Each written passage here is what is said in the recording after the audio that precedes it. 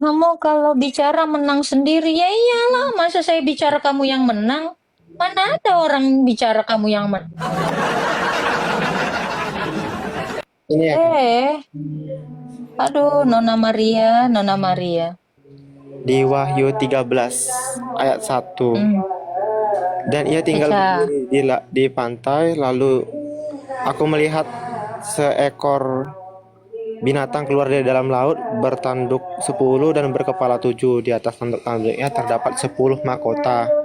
Dan kepalanya tertulis nama-nama hujat. Binatang yang kulihat itu serupa dengan macan tutul, kakinya seperti kaki beruang dan mulutnya seperti mulut singa. Dan naga itu, nah ada dua Kak, naga itu memberikan kepadanya kekuatannya, tahtanya dan kuasanya besarnya. Pertanyaannya Kak, hewan yang keluar dari air itu siapa? Terus naga itu siapa atau apa sebenarnya itu? Setan, setan, setan. Setan maksudnya gimana Kak? Setan dengan segala manifestasinya. Itu merujuk apa Kak? Merujuk kepada apa? Apaan? Yang dimaksud berkepala 10 itu apa Kak? Itu tuh emang benar. Setan, iblis, setan, ular tua itu kan disebut naga.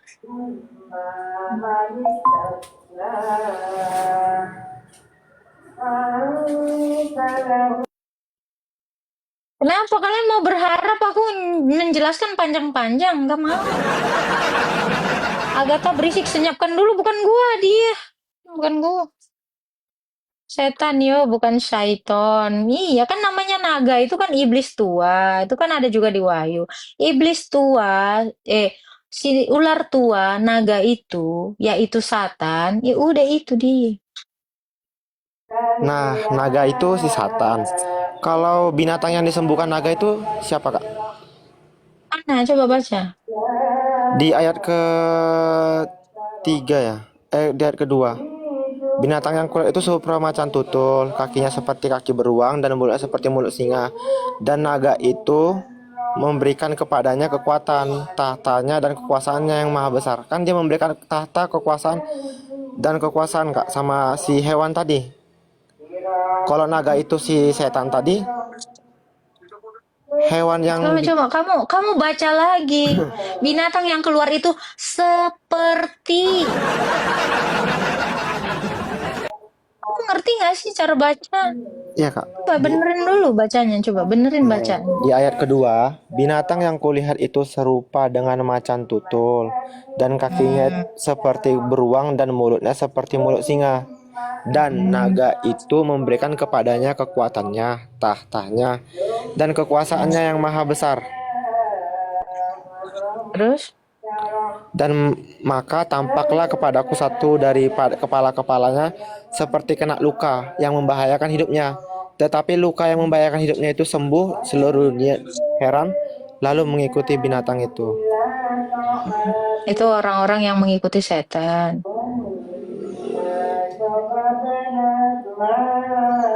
Jadi maksudnya Kak, setan memberikan tahta kekuasaan. Iya dong, kan setan punya tahta, punya kekuatan. Baca Yesaya 14.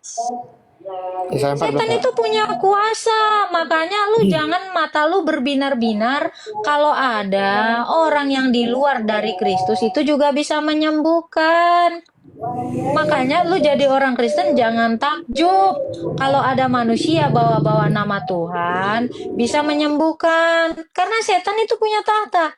Kamu ingat ketika Yesus dicobai, apa yang ditawarkan sama setan? Seluruh dunia ini akan kuberikan. Itu dia punya kuasa. Baca tuh Yesaya 14 dulu. Orang dia punya tahta kok kagak punya. Lu kata dia kagak punya kuasa. Punya. Iblis juga punya kerajaan. Emang lu kata dia kagak punya? Baca bang. Di ayat Dari berapa Kak? saya 14 bang. Dari ayat 11 baca. Ayat 11 ya. Iya dong. Ke dunia orang mati sudah diturunkan kemegahanmu, dan bunyi gambus-gambusmu, ulat-ulat dibentangkan sebagai lapik tidurmu, dan cacing-cacing sebagai selimutmu. Lanjut. Wah, engkau sudah jatuh dari langit, hai bintang timur, putra fajar. Engkau sudah dipecahkan dan jatuh ke bumi, hai yang mengalahkan bangsa-bangsa. Terus. Engkau yang tadinya berkata dalam hatimu, aku hendak naik ke langit, aku hendak mendirikan tahtaku, mengatasi bintang-bintang Allah, dan aku hendak duduk di atas bukit perjamuan jauh di sebelah utara. Aku hendak naik mengatasi ketinggian awan-awan, hendaklah menyamai yang maha tinggi. Sebaliknya, Ayat 11 tadi udah kamu baca itu. sudah Ke kak, dunia orang mati sudah diturunkan kemegahanmu. Ya. Dan bunyi-bunyi gambus-gambusmu ulat-ulat menjadi ulas tidurmu. Ke dunia orang mati engkau diturunkan, hai penakluk bangsa-bangsa. Berarti dia punya kuasa. Itu dikatakan apa? punya kuasa. Kemegahanmu. Dia punya kemegahan, punya kuasa. Ya, aku hendak naik melampaui ketinggian awan-awan, hendak menyamai yang maha tinggi. Nyatanya ke dunia orang mati engkau diturunkan. Ya kan? Nah itu. Dia dan dikatakan apa? Ayat 16-nya. Orang-orang yang melihat engkau akan memperhatikan dan mengamati engkau. Ini yang tadi kamu baca itu di Wahyu. Inikah dia yang membuat bumi gemetar dan membuat kerajaan-kerajaan berguncang? Inikah dia yang telah membuat dunia seperti padang gurun yang menghancurkan kota-kota dan tidak melepaskan tawanan-tawanannya pulang ke rumah? Nah, semua mendiang raja-raja dan bangsa-bangsa berbaring dalam kemuliaan masing-masing dalam makamnya. Tetapi engkau terlempar jauh di dalam kubur seperti taruk yang busuk berselimutkan mayat orang-orang tertikam di padang. Nah, dikatakan dia di sini menguasai dunia orang mati. Kamu buka itu, Ibrani 2 ayat 14. Buka. Ibrani 2 ayat 14 dan 15. Kalau dengeran nggak suaraku? Baca. Berani 2 ayat 14 ya kak. 14, 15. Karena anak-anak itu adalah anak-anak dari darah dan daging, maka ia juga menjadi sama dengan mereka dan mendapatkan bagian dalam keadaan mereka, supaya oleh kematiannya ia memusnahkan dia, yaitu iblis yang berkuasa atas maut, dan Nah, stop. Iblis yang berkuasa atas maut. Jadi iblis itu punya kuasa di dunia orang mati. Dia dikatakan iblis berkuasa atas maut. Jadi jangan kamu bilang iblis itu tidak punya kerajaan tahta, orang dia yang mengalahkan bangsa-bangsa. Berarti dia punya kuasa. Iblis ini punya tahta. Makanya kamu juga pernah mendengar ayat Alkitab mengatakan gini. Yang kita lawan adalah kuasa-kuasa di udara. Pernah dengar ayat itu? pernah kak melawan. Kuasa berarti di udara. Itu dia, saudara. Jadi jangan kamu kira iblis itu tidak punya kuasa. Makanya dia memberikan kuasa kepada manusia. Makanya banyak setan-setan yang mengaku Allah, memberikan dunia ini, memberikan kuasa. Coba kamu buka Matius 4. Apa yang dijanjikan? Ayat 10. Apa yang dijanjikan iblis kepada Tuhan Yesus? Dia punya kerajaan dunia ini. Oh, kamu baca Matius 4. 4 ayat 10 ya kak. Maka berkatalah Dari Yesus kepadanya, enyahlah iblis, sebab ada tertulis, engkau harus menyembah Tuhan Allahmu dan hanya kepada dia saja engkau berbakti. Oh, ayat 9, ayat 9, ayat 9.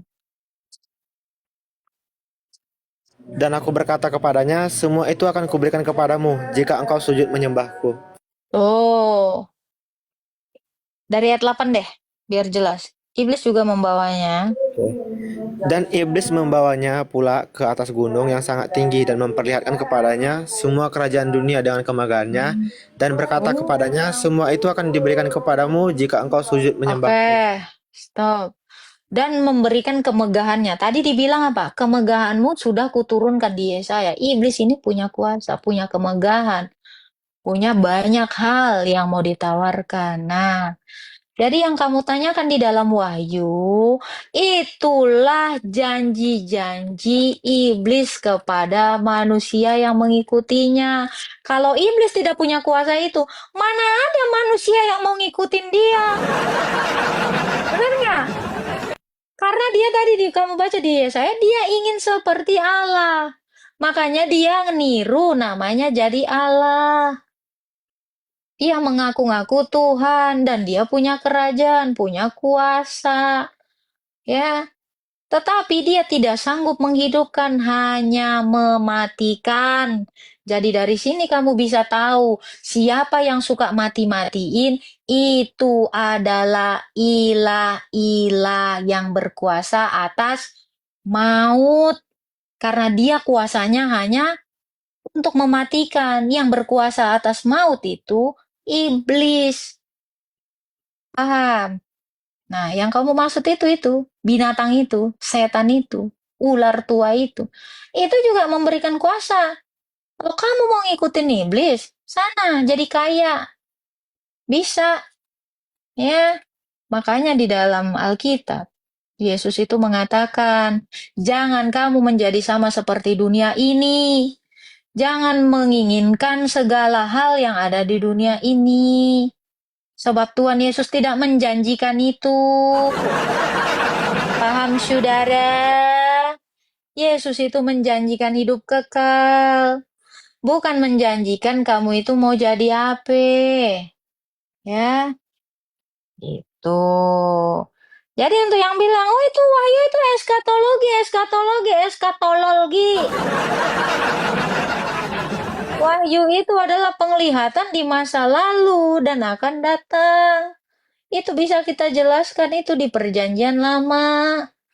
Jangan mengeksegese kayak kamu mengeksegese bikin film Star Wars.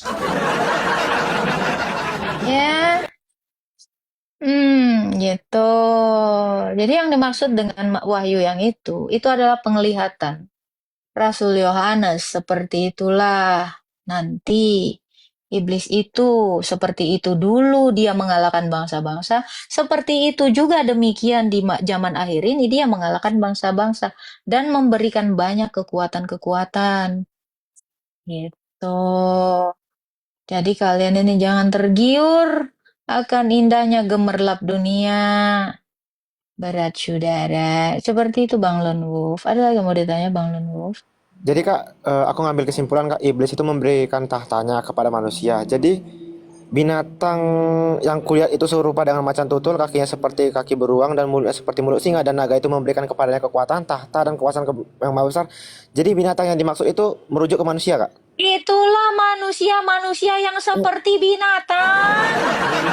Manusia-manusia seperti singa. Tahu singa itu pengen apa? Menguasai, pengen ditakuti, pengen tinggi. Itu kan dibilang seperti. Jadi banyak manusia yang sekarang itu kayak hewan. Nih, kau tengok ya. Ya lihat sekarang ya, ada yang mirip gurita di mana-mana, pengen dicaplokin. Itu, jadi setan itu memberi kekuatan kepada manusia yang seperti hyena, serigala, singa, harimau. Sekarang banyak manusia kayak harimau, tengok. Ya, yang bini orang dicaplok ada. Ya, karena harimau itu nggak tahu. Bayi-bayi harimau dia nyentuhin. Banyak yang kayak gitu. Manusia sekarang udah jadi hewan. Kagak tahu moral, kagak tahu yang mana anak tante. Semua diembat bini orang kagak tahu. Begitu. Nah, itu manusia itu udah seperti hewan. Tidak berakal budi, akal budi, akal budi. Makanya kita diperintahkan apa? Kasihilah Tuhan Allahmu dengan segenap akal toh. Nggak ada. Budi juga. Karena budi diajak. Ini kan Bapak Budi. Gitu. Nah, sekarang manusia itu kayak gitu. Lihat yang di bawah ini kan kayak Saitoni Rojim semua ini. Gitu Bang Lone Wolf. Kayaknya kagak ada. Gimana Satu lagi ya Kak ya. Ini kan di ayat 17 kan Kak Boleh. disampaikan Kak, tidak ada seorang pun dapat membeli dan menjual. Selain itu mereka memakai tanda itu kan. Kan gini Kak, kan di zaman sekarang tuh kan ada nih beli ke market pakai tanda Barcode. ya barcode tangan itu. Tangan Kak. Nora. Nah, pertanyaannya Kak, apakah itu termasuk penggenapan wahyu ini atau tidak Kak? Sekarang saya tanya, kamu buat dosa pakai tangan nggak? Ya, pakai dosa pakai Kamu tangan. buat dosa pakai barcode apa pakai tangan? Kalau bikin dosa pakai barcode, gue baru nemu ini modelan kayak gini. Pakai 66 nya bikin dosa. Mau ngelewain anak orang, pakai 66. Ya nggak bisa pakai tangan dong. Harus ada lagi barcode-nya nih di sini nih. Nih. Kenapa?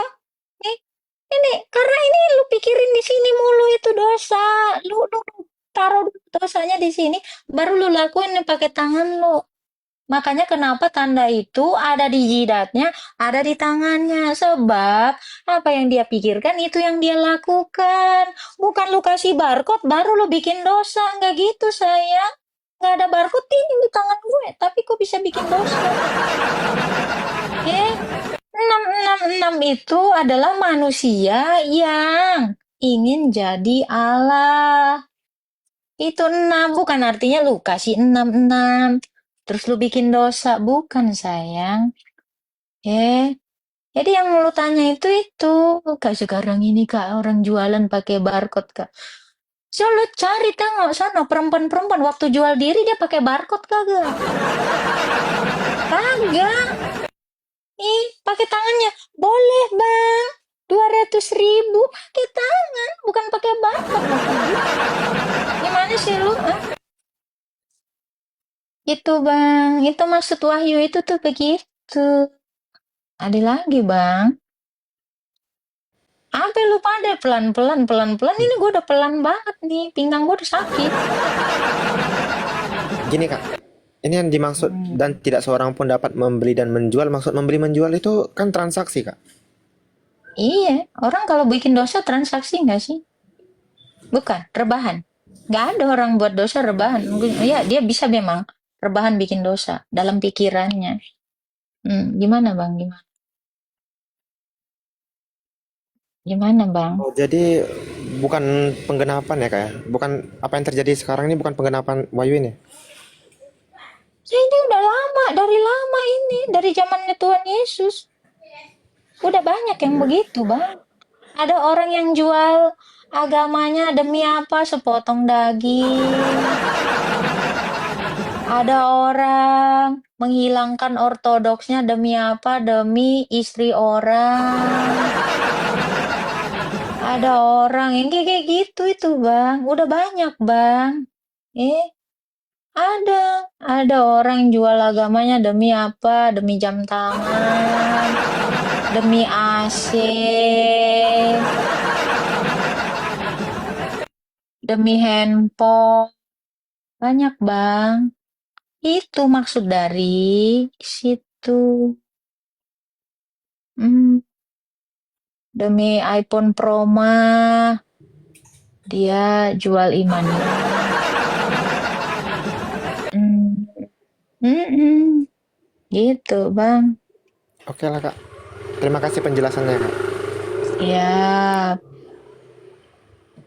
belum paham, bingung. Paham paham. Masuk Islam. Solusinya masuk Islam.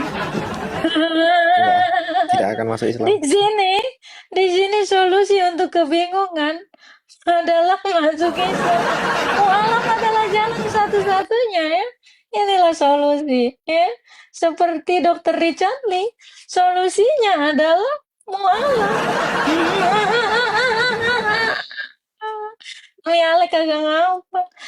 Ke mualaf center bang. Di sini kalau Oten gue jelasin masih bingung. Mualaf center ya sayangnya.